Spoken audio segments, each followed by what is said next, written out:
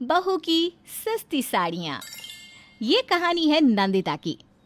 औरतों को महंगे कपड़े और गहनों का बहुत शौक होता है, लेकिन जाने क्यों नंदिता बिल्कुल इसके ऑपोजिट है।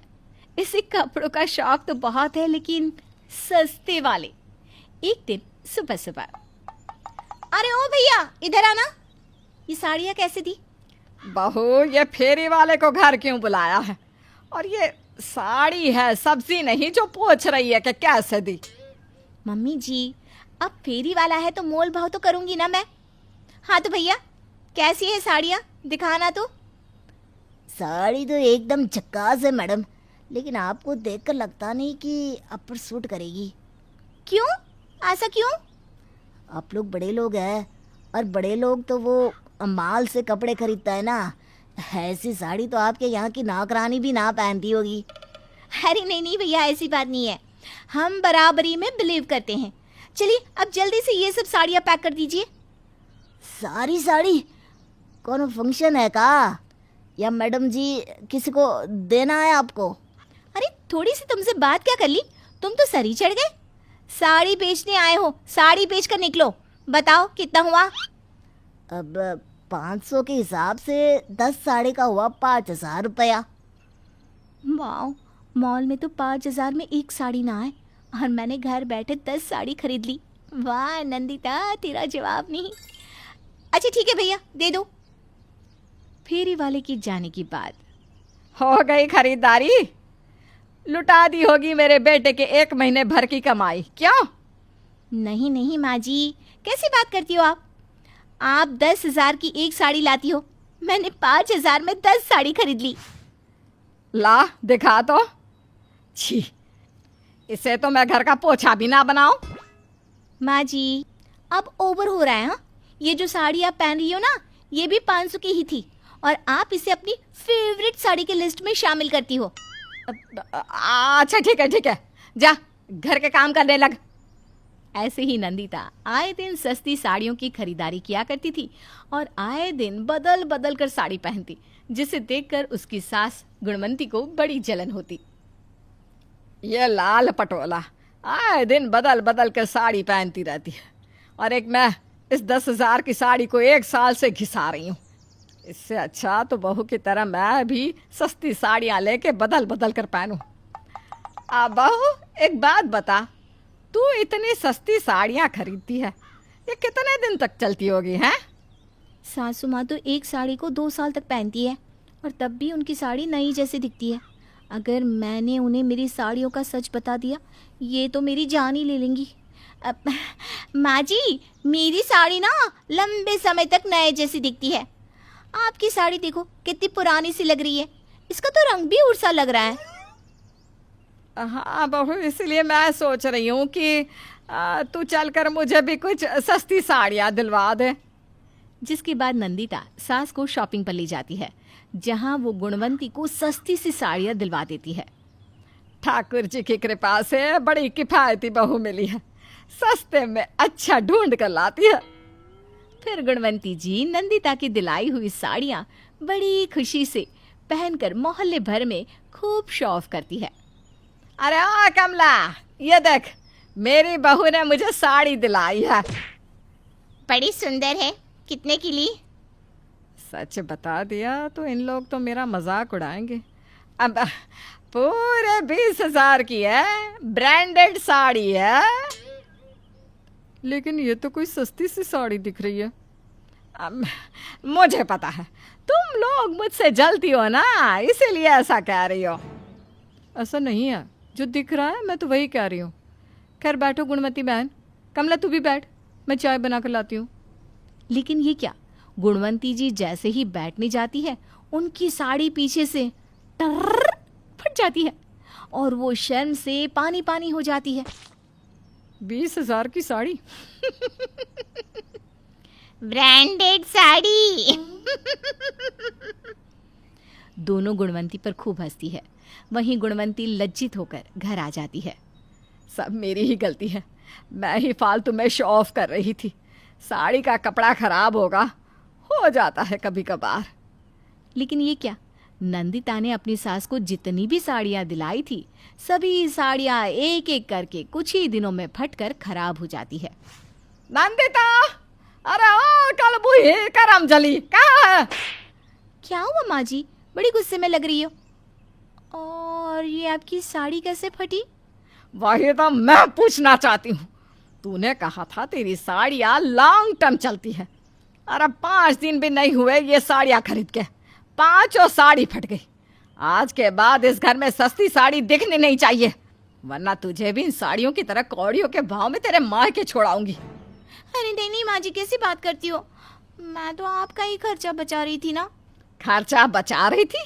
ये देख देख ये साड़ियों का बिल। 2 महीने में 2 लाख की साड़ी खरीदी है तूने और सबका पोछा बना दिया। इतने की साड़ी तो मैंने पिछले 10 साल में भी नहीं पहनी। माँ जी, सास नंबरी तो बहू 10 नंबरी। मेरी बहू आएगी तो देखना, उसे 100 नंबरी बनाऊंगी। जो काम आपने नहीं किया, मैंने नहीं किया, वो करेगी। सास बहू का कान पकड़कर कहती है, खबरदार मेरी इजाजत के बिना इस घर से एक पत्ता भी हिला तो आज के बाद सस्ती साड़ियां नहीं दिखनी चाहिए मुझे। सास का गुस्सा देखकर नंदिता कुछ पल के लिए तो शांत हो जाती है, लेकिन जिसे एक बार सस्ते सामान की लत लग गई हो वो छूटने वाली थी क्या भला? और फिर क्या? डार्लिंग, ये लो मेरी इस मंथ की सैलरी, आराम से खर्च करना।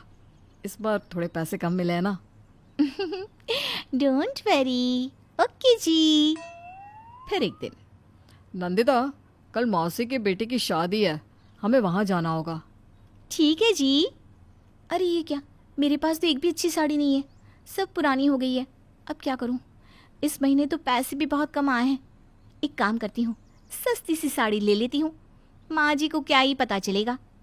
और एक बार फिर से हमारी नंदिता सस्ती साड़ी खरीद लाती है और शादी में, अरे वाह गुणवंती की बहू, तू तो बड़ी सुंदर लग रही है। थैंक यू बुआ जी।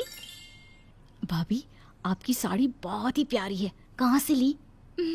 मनीष मल्होत्रा ने खुद डिजाइन की है, पूरी 5 लाख की साड़ी है। फालतू में तूने तारीफ कर दी, देख कितना झूठ बोलती है। हाँ ना, मुझे तो मंगल मार्केट से लाई हुई साड़ी लग रही है। दोनों इस तरह बात कर ही रही होती है कि अचानक से एक जोर की आवाज के साथ नंदिता की साड़ी पीछे से फट जाती है। अरे अरे भाभी, ये क्या, किसी सस्ते मनीष मल्होत्रा से डिजाइन करवाई थी क्या साड़ी? बिना चले बिना बैठे खड़े खड़े ही फट गई साड़ी। मानसी की बात सुनकर पास ही खड़े रिश्तेदार नंदिता पर हंसने लगते हैं।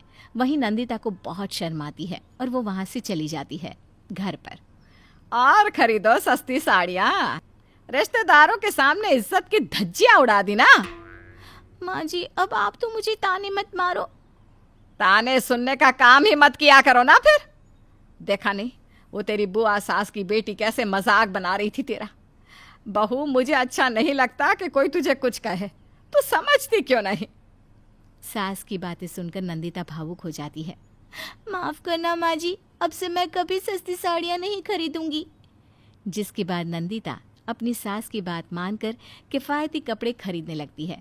लेकिन जिसको किसी भी चीज़ की आदत लग जाए वो इतनी जल्दी कहाँ छूट सकती है। ऐसे ही दिन बीत जाते हैं, सब कुछ ठीक चल रहा होता है कि फिर एक दिन, बहू, आज तेरा देवर परदेश से आ रहा है। अरे वाह माँ जी, ये तो बड़ी खुशी की बात है। हाँ, और खास तो ये कि वो शादी के लिए आ रहा है। आ रहा है नहीं माँ, मैं आ गया। तुझे देखने के लिए तो आंखें तरस गई थी मेरी। मेरा बेटा जीता रहे। जिसके बाद गुणवंती और नंदिता मनोज के लिए लड़कियां देखने लगते हैं और उन्हें लड़की मिल भी जाती है। दोनों परिवार की रजामंदी से शादी का मुहूर्त तय होता है और घर में जोरों शोरों से शादी की तैयारियां चलने लगती है। देख बहू, शादी की सारी तैयारियां तो हो गई है और सारे काम हमने आपस में बांट लिए हैं। एक काम कर, गिफ्ट का सेक्शन तू संभाल ले। हाँ माँ, ये सही रहेगा। वैसे भी मेरी बीवी की चॉइस बेस्ट होती है। हाँ हाँ भाई, बस बेस्ट सामान लाना, बेस्ट प्राइस का। माँ जी, अब मैं इतनी भी कंजूस नहीं हूँ। हाँ बहू, नाराज मत हो, मैं तो बस बता रही हूँ। ये ले पैसे, और सभी के लिए महंगी साड़ियाँ लेना, ठीक है? जी माँ जी, आप बेफिक्र रहो। वहीं जब नंदिता मार्केट पहुंचती है तो, भैया ये साड़ी कैसी है? 8,000 से स्टार्टिंग है मैडम। इतनी महंगी साड़ी? इसे लेने से अच्छा है कि मैं गिफ्ट ही ना दूं। इससे अच्छी साड़ी तो वो फेरी वाला बेचता है। आइडिया। और नंदिता एक बार फिर से फेरी वाले के यहाँ पहुंच जाती है और उससे ढेर सारी साड़ियाँ खरीद लेती है। ग्रेट, अब इसे महंगे पैकेजिंग के साथ पैक करवा देती हूँ। सबको लगेगा कि शोरूम की ब्रांडेड साड़ी है। फिर नंदिता उन सस्ती साड़ियों को ब्रांड की पैकेजिंग में पैक करवा देती है और शादी के बाद गुणवंती जी वही साड़ियाँ मेहमानों को गिफ्ट करती है। अरे वाह भाभी, मेरे लिए आपने कलाबिंद की साड़ी ली, ये तो बहुत सुंदर है। अरे वाह ननद जी, कितनी प्यारी साड़ी है ये। भाई मोहन की साड़ी की सारी कसर मनोज की शादी में पूरी हो गई। ऐसी साड़ी तो पूरी रिश्तेदारी में नहीं मिली होगी। मन खुश हो गया मेरा तो। इस तरह सभी रिश्तेदार गिफ्ट की बहुत तारीफ करते हैं। वाह मेरी बहू वाह, आज तो तूने मेरा सर गर्व से ऊंचा कर दिया। सारे रिश्तेदार तारीफ करके गए हैं, बहुत खुश थे सभी। ये क्या, सास अभी तारीफों के पुल बांध ही रही थी कि सास को किसी का कॉल आ जाता है। अरे ओ दीदी, कैसी साड़ी दी हो? अंदर से पूरी कटी हुई साड़ी है। अरे नहीं देना था तो ना देती, ऊपर से महंगी पैकेजिंग करा करा कर अंदर से चिंदी रख दिया। वाह जी वाह, कल ही आके तुम्हारी साड़ी तुम्हें देकर जाती हूँ। अभी कॉल कटा ही था कि बुआ का कॉल आ जाता है। अरे ओ भाभी, कैसी साड़ी दी हो? ससुराल में सब मुझे ताने मार रहे हैं। भाभी ने एक ढंग की साड़ी तक नहीं दी। अरे कितनी पुरानी सी साड़ी है, कौन से जन्म से छुपा कर रखी थी? अरे दीदी, मैं तो बस, मुझे कुछ नहीं सुनना। ससुराल में नाक कटा दी आपने मेरी। ऐसे ही एक एक करके सभी रिश्तेदार गुणवंती जी को कॉल करके खूब सुनाते हैं। कुछ तो घर आके साड़ी वापस भी कर जाते हैं। बहू, आज तूने हद कर दी। पूरे रिश्तेदारी में तेरे कारण कितनी थू थू हुई है हमारी। अरे खुद सस्ती साड़ियाँ पहनना था तो जितना मर्जी तू पहन लेती, लेकिन ये तूने ठीक नहीं किया। इतनी भी क्या बचत।